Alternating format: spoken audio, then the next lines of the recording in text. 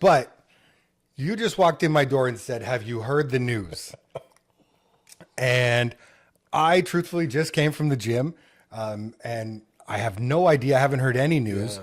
So can you please tell me what you've heard? Scrolling. You wanted to talk about Sure. this. Just before I came, I had a few minutes, and I was sitting down, scrolling through my Instagram feed, and there is a post from the illustrious President Donald Trump. Okay. Who kind of alluded to something that made me question whether or not it was true.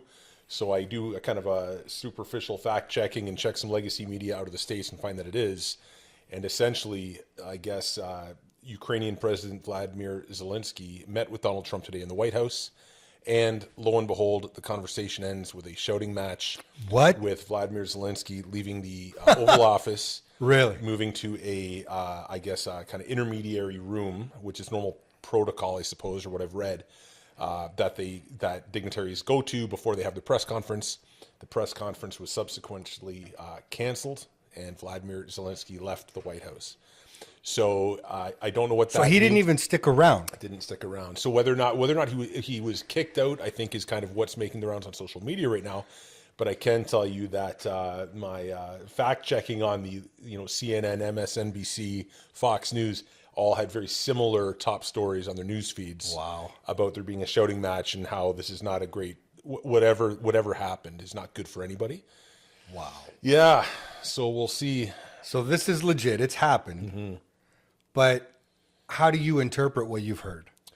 Well, I guess it's like anything. I mean, the media, the political landscape right now, it changes almost minute by minute. I know that, America is kind of in their new dawn, new era with the election of Donald Trump, or having him back. And to kind of put things in perspective, I was in a public high school a week and a half ago, 2 weeks ago, at an event speaking to some students. And I ran into a teacher who I had known from my previous life, and she's now retired, and asked me, she just said, "Andrew, you're a business guy now. What do you think about Donald Trump in the United States?" And my response, being very carefully crafted, being in a high school setting, I just kind of said, I think the world needed a change, and the Americans have elected someone that they believe is going to lead a change, not only for their country, but have reverberating effect throughout the world. And I think that's what is happening. And I think that today, that meeting with Zelensky and President Trump is an example of that. Well, it seems to me, and I could be wrong, but it seems to me from what I see is there's a desire in the United States in particular, but I think to Canada to some extent as well, on both the left and the right, to break things and disrupt things. Mm-hmm. The status quo is no longer working. The difference is in how they think things should be broken. Mm-hmm. And the United States, we've seen it, it's the right that's in charge now. The new popular right. I wouldn't call it traditional conservatism. Yeah. This is more Trumpism, I guess you would say. But they're in charge. Yeah. And so they're breaking things or disrupting things the way they see fit. Now, Trump came in and he said, I'm gonna solve this war in Russia, between Russia and Ukraine. I will solve it. And he made it a promise, a campaign promise, and he said, I'll get this done before you know it, essentially. Yeah. He's always said he was anti-war.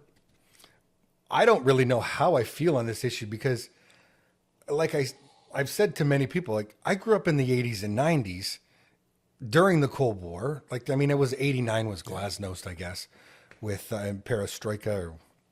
But Russia was always the enemy. I don't know about you, but for me, Russia was the enemy. That's what we were always told.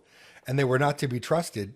And since Putin's become back into power, I don't feel like that narrative's really changed. I certainly don't feel it. I don't feel like he's a trustworthy character, perhaps because that's how he's portrayed. But overall, I certainly don't have any faith in the Russian government to do the right thing.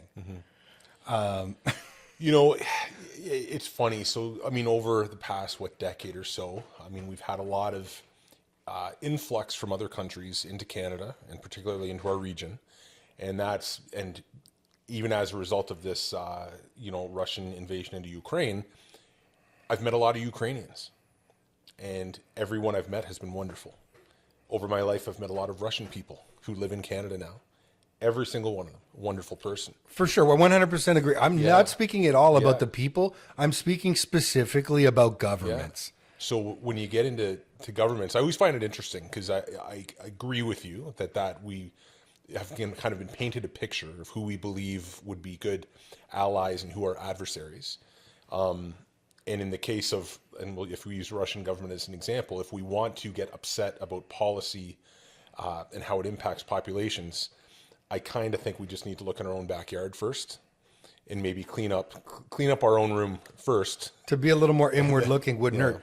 Because the other thing I was going to say was, while I have never trusted the Russian government, especially under Putin, I was never particularly in love with the Ukrainian government either. Yeah. I didn't have a lot of faith in them. And I know that there's been a lot of corruption within the Ukrainian government. There's been a lot of underhanded secret operations that took place to put certain Ukrainian governments in power at certain times. So there's a lot of corruption on that side as well. It's not like they're the most, upstanding characters. So I'm talking about the governments, the people, absolutely great, but I'm talking about these two governments. Yeah.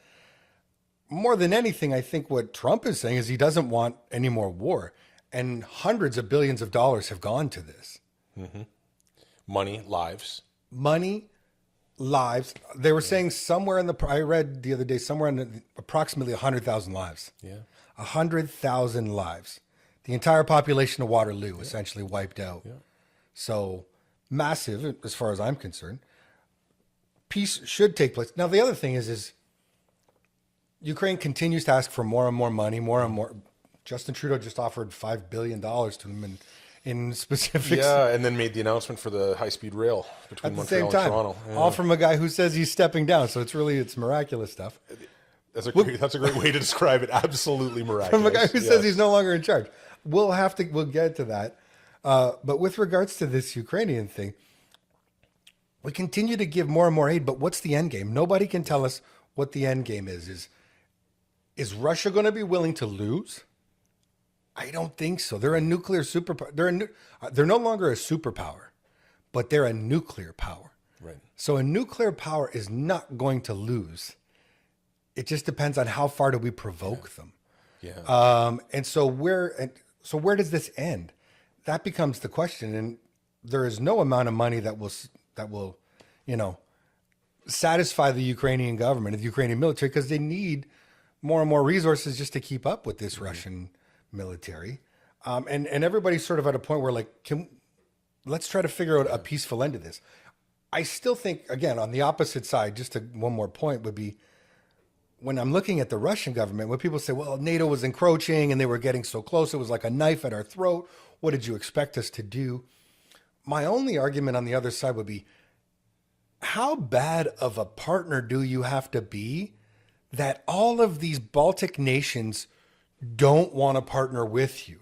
Mm-hmm. You've got Estonia, you got Latvia, you got Finland, you've got Ukraine. All of these countries together are like, can we please join NATO? Can we please be part of this other group? We don't want to partner with that side. So how bad of a bad faith actor do you have to be that they don't want to partner with them? You know what? It's interesting, and I am by no means a history buff or expert or geography buff or expert, but I think it's very interesting when you pick the point in time, right? So right now, you pick Russia versus Ukraine. You go back 20 years, 30 years, 40 years, and I know there is talk about NATO expanding its footprint. The exact opposite direction that was wanted and agreed to by Russia and the United States, but here we are today, right? I don't know what the end game is. All I know is that there's great uncertainty between some of the most powerful countries in the world right now. Absolutely, it will be really interesting to see how this unfolds. I've never heard of this in my lifetime, of a shouting match leading to a president of a foreign nation being escorted. Yeah. Either leaving on their own will or being escorted. Either way, it's just not something that I've heard of. And most people that have been coming to the White House in the last few weeks have been bending the knee. Yeah. I mean, Macron, the Prime Minister of Japan, I don't remember his name. It escapes me at this moment. Keir Starmer was there this week. Okay. From England. Yeah. Again, trying to put together business deals, trying to avoid tariffs. Yeah. All sort of more or less bending the knee to this great superpower. Well, I think, yeah, I mean, not to, kick the horse, but one of the most interesting things to me about Donald Trump, and I mean, he provokes a reaction from anyone as soon as you bring up his name. Absolutely. So he was president, and then he was not president. And when he was not president, I remember he was speaking somewhere, and I forget where, but he made a comment about NATO allies not paying what they had committed to. Yes. And I remember when he said that, the next day through the news, the news cycle, countries were standing up, and that includes Canada, saying, like, what? Like, people, I don't think, populations didn't really understand that their governments had made these commitments and then weren't making them. And I just think, like, that's a very powerful thing for a non-president to be able to do and kind of get a reaction like that. And now, of course, now he's president again. And there is expectation. I mean, the Americans have been very clear about that's just one thing, right? Meeting NATO expectations and financial obligations. Their stance has been, why are we footing the bill Yes, for everyone? yeah. And they're not wrong. And I would love to pin this one specifically on Trudeau, but you can't. This has been an issue since Pierre Elliott Trudeau, as far as I can tell, where we have just constantly underfunded our military, one administration after the next, to the point now where our resources are almost completely depleted. Well,